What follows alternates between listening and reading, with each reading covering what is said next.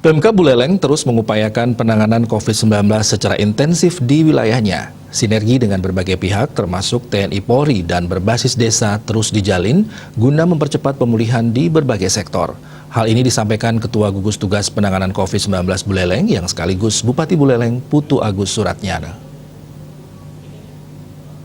Sekarang aja ya, lebih gampang saya ngobrol ya. Kita santai aja.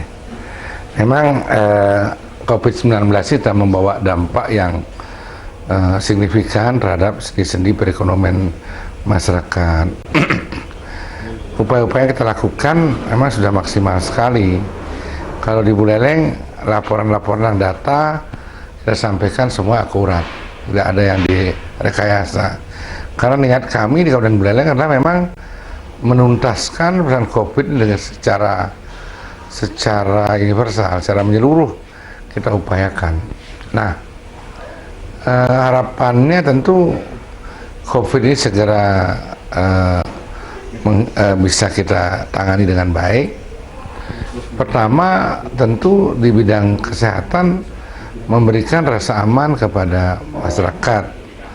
Kedua, tentu bagaimana rasa aman itu memberikan kontribusi terhadap orang berkegiatan, beraktivitas yang muaranya tentu pada kegiatan perekonomian. Ketika beraktivitas, tentu sektor-sektor perekonomian akan bergerak. Ada keinginan pemerintah untuk sementara waktu, karena kita juga masih ada sektor-sektor pariwisata. Memang kalau Buleleng itu, kalau dilihat orang bekerja di sektor pariwisata, at least lihat di Buleleng nggak banyak.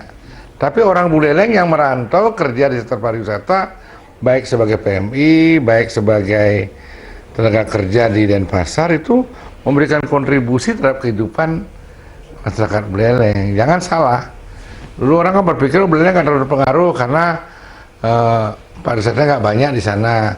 Salah. Justru angkatan muda kita banyak yang bekerja di sektor ini dan mereka memberikan kontribusi terhadap kehidupan kesinambungan kehidupan mereka di pedesaan. Di samping juga sektor pertanian tetap mendominasi secara langsung ya, secara langsung kehidupan bermasyarakat.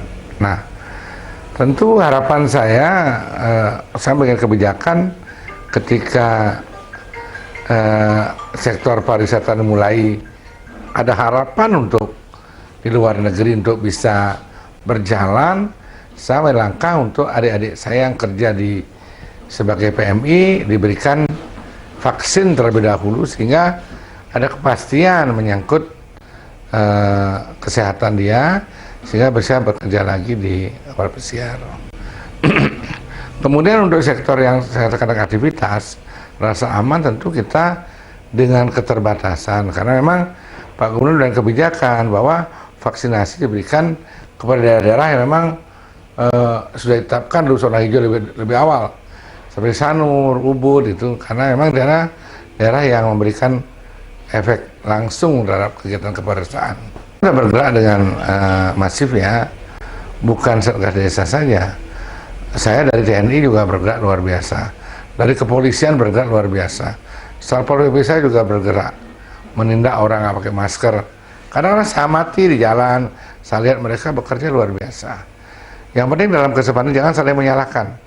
Semua harus bergerak dan kenyataannya mereka sudah bergerak. Saya pada kesempatan itu juga berterima kasih sekali dengan teman-teman dari TNI, dari Polri ya, dari Hansip, dari Pecalang sudah bekerja bahu-membahu untuk penanganan COVID ini ya. Masalah optimisme itu adalah bagaimana cara menyampaikan edukasi terhadap protokol kesehatan dan cara menyampaikan bahwa vaksin itu pilihan yang harus dipilih, yang harus dipilih untuk mereka mau melakukan vaksinasi ya.